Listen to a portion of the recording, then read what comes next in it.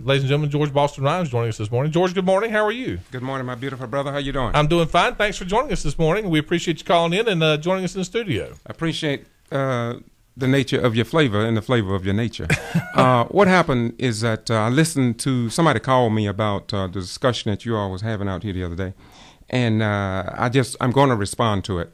But maybe I won't have to now. Well, no, we hope that you do. And so anyway, I'm talking about on my radio broadcast. Oh, okay. And so first of all, I want to thank Black Crow Media. I really do. I used to criticize you guys, but I found out in truth that when you look at other radio stations, they don't even do what Black Crow Media has done.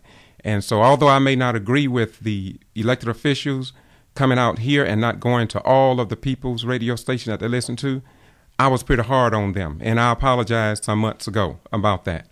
I believe in the basics of truth, and I will stand for that until I die. But what I heard you all talk about was the word racist. You used the word racist. You talked about Reverend Rose not getting with the school superintendent, Kaysen. Mr. Bill Love said that Mark George, Lee Touchton, Reverend Rose, and myself have a golden opportunity to go sit down with the superintendent, and we had failed to do so. I have absolutely no problems dealing with Mr. Kaysen. I have had him on my broadcast at least twice. Mr. Kaysen and myself have walked the streets in the Hudson Docket area, knocked on doors, greeted people, been to the Mildred Hunter Center. I've taken 15 children down to the Board of Education, and we have discussed on issues that's concerning the school. Mr. Kaysen will tell you, and he would tell me, because he has told me before, that we are friends. There is no opposition.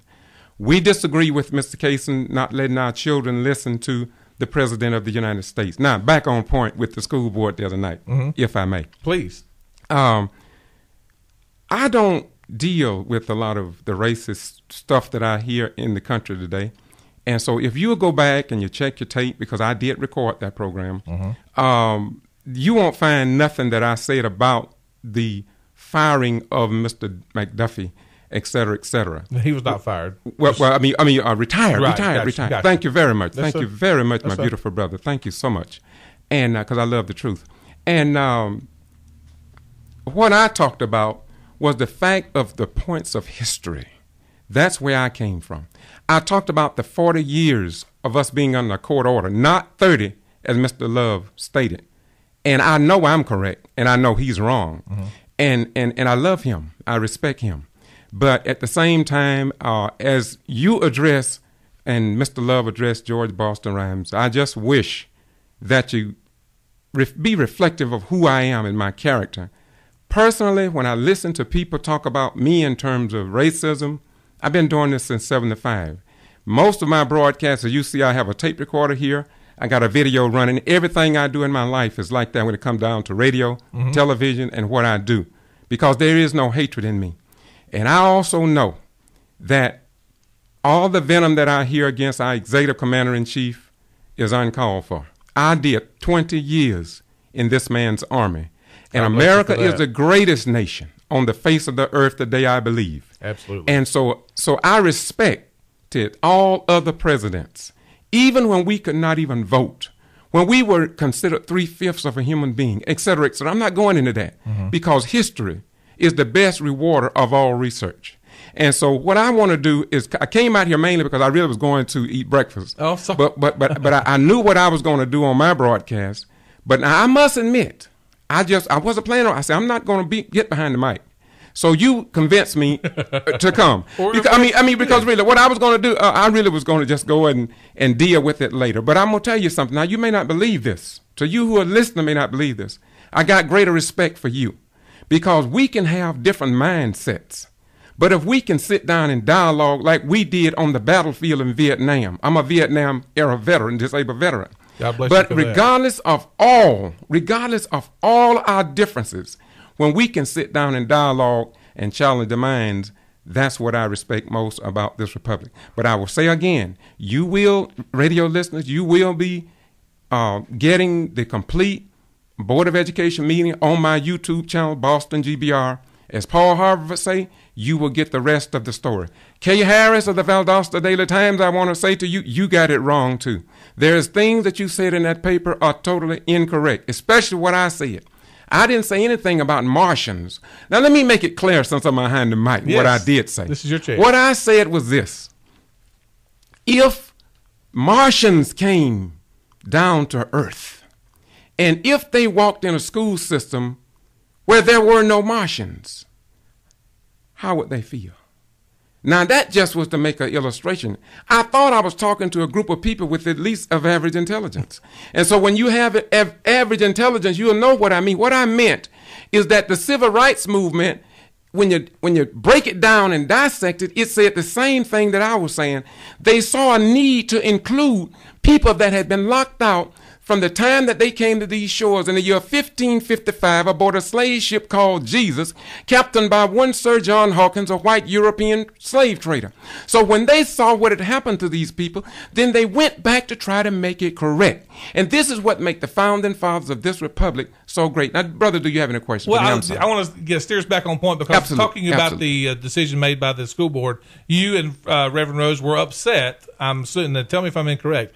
You were upset that the principals, Rufus McDuffie and Sandra Allen, were not replaced by African-American principals. Am I correct? Mr. McDuffie, Mr. Chris Beckham, first of all, I really did not get an email that Mr. Love talked about. I really don't know what happened on that. And first of all, no, to answer your question directly, no, I'm not upset. Okay. I'm not upset because of the fact that I read the newspaper and I understand what was said. But I also know something else, Mr. Chris. Mm-hmm. I know that in the black African American experience, we have blacks in positions of power, but they are not in power. And so what happens when that happens is that you have a black man or woman sitting in position, but they can't speak from their heart and from their mind. So what they do, sometimes they'll do things, but they'll say, well, that's a personal issue, whatever it may be, and they won't say nothing. And so many in the black community believe that there's more to the story than what has been reported. It may not be the case. It may not be the case. But too often, this is what happens. Now, me, if you notice, I didn't address none of that. If you go, right. I'm going to have it on Boston GBR YouTube, and you'll be able to see. I didn't address any of that. What I addressed was the fact that we only have 32 seats in a metro city. What I addressed was that I was here in 75, and we had racial problems, and that police was lying out in front of the Board of Education building, and I said that we are still having problems and issues with race today. These are the type levels and points that I made, but I don't want to get into that because it's already on Boston GBR. So I didn't address that. Now, next question, please. Well, again, whenever you address the school board, what was the reason that you addressed the school board on Monday night? What was the point you wanted to get across? And you know, and I respect you for that. You know why I say that? Because you did ask on. I'm gonna tell you, I'm not a smart person, but I'm at least of average intelligence. The military says, and so now the reason I addressed the board was number one, was the fact that we the people have a voice. And that when we come to our elected officials, they should listen to us. That's why I talked about the 32 seats, which I've been talking about for 3 or more years. When I talked about we have problems in the school system that needs to be addressed. When I talked about how I served my country. When I talked about that we need diversity. And when I talked about the 40-year-old court order, that is a order that talked about the hiring of black teachers. Mm-hmm. We know that. And so we under a court order. Now I know, and I said this in the paper, I said this at the meeting too, but the Times got it wrong. What I said, the 2 black people, principals, mm-hmm. that are no longer, or that are retired, right. I said 2 principals black principals will not make it right. I said, but right will always make it right. And the Times got that wrong. But what I was really saying is that all I've been asking for is diversity in this city. Okay. And I don't care where you go. I can prove my point over and over again. I can call businesses out.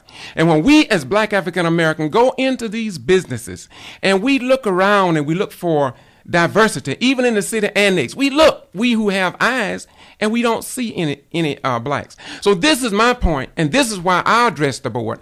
If you'll notice, as I said before, you don't see where I talk much about that.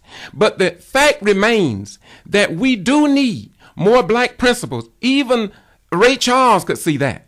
And Ray Charles could see that we need more black educators as well. Now, for the Kay Harris to say, and you asked me why, this is why I came before the board. Mm-hmm. Now, if she would ask, she say in the paper that we have a problem with whites being in certain districts, and that they're the ones that need some employment. Mm-hmm. Well, look at the income. Mark George and Aris Santos and SCLC and NAACP leaders came together, and they put together a video called A Chorus of Fear. And in that video, it's online. Just Google A Chorus of Fear. A lot of people haven't watched it, but they need to. They highlighted what happened. The disparity between black income and white income is a matter of record. We can talk about it and feel bad about it, but it is what it is, as my friend Doc Robertson says. Again, and I think we're getting short of running out of time, but I do want to bring this point up because the feeling that I had from it was, you're absolutely right. We've got problems in our public school system, and no one can deny that. And those problems, I mean, teenage pregnancy and discipline in the classrooms and all of those things go back to a lot of issues that our educators face. When accusations like this are made, that kind of, I think, deflects the attention from some real problems that we have. And that was kind of my issue with it. My beautiful brother, I love you, man. And the reason I respect you because you are saying the same thing that you said on the broadcast Tuesday. Mm-hmm. And when you hold true to what's inside of your heart, I respect that. Now, that is so true. Look, my beautiful brother, we know that money controls mostly everything today, even people's religion. So if black kids are living in the ghetto, and if they look around town and don't see their mothers, their fathers, their sisters, their brothers, their uncles not owning any of these businesses for the most part, they can't even take a vacation to go to Atlanta, let alone to Paris or Senegal or Timbuktu, or to look at other monuments like Crater Lake or something like that. And so you're dealing with the mindset of a group of people been locked out of the system for so long. And if these children, even the ones that are breaking into the convenience stores, I don't justify what they're doing.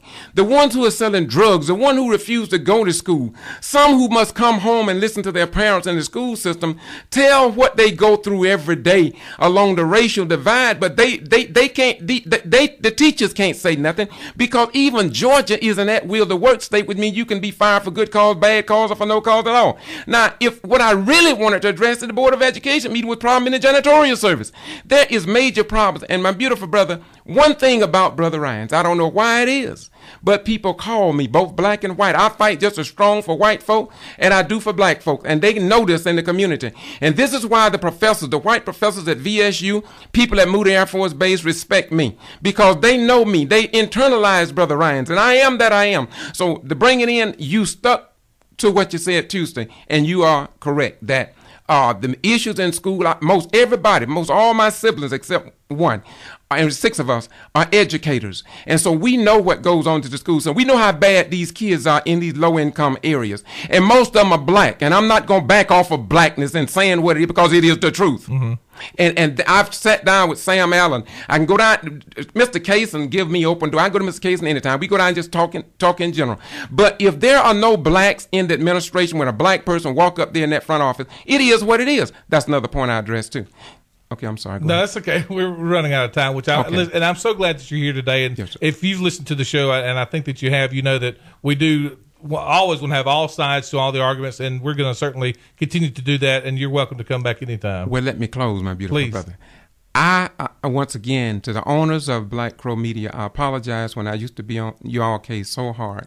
But when I found out that the other local radio stations were not even doing what you were doing, I had to back off that horse. And that's what makes me what I am. I'm not too proud, and I try to be very careful what I say, because I think that I'm intelligent enough to say something without hurting your feelings. Absolutely. And so I want to say even here today that if I've said anything to hurt your feelings or anybody out there in radio land, I want to ask your forgiveness, because that's the way Brother Rhymes walked. That's the flavor of my nature, and that's the nature of my flavor. And so to you all, I want to say y'all have a nice day. I love you all. And by the way, I know there's very little respect in terms of, I won't say respect, but I will say people really hate our president. I love him because, number one, he's the first black African-American president. He has not, I repeat, he has not taken away anyone's rights. He haven't denied anyone the right to vote. The things that we had, as black African Americans, have endured under some of the other, all 43 white male presidents. President Barack Obama has not done that to not a single American citizen as of today. I can't speak for tomorrow.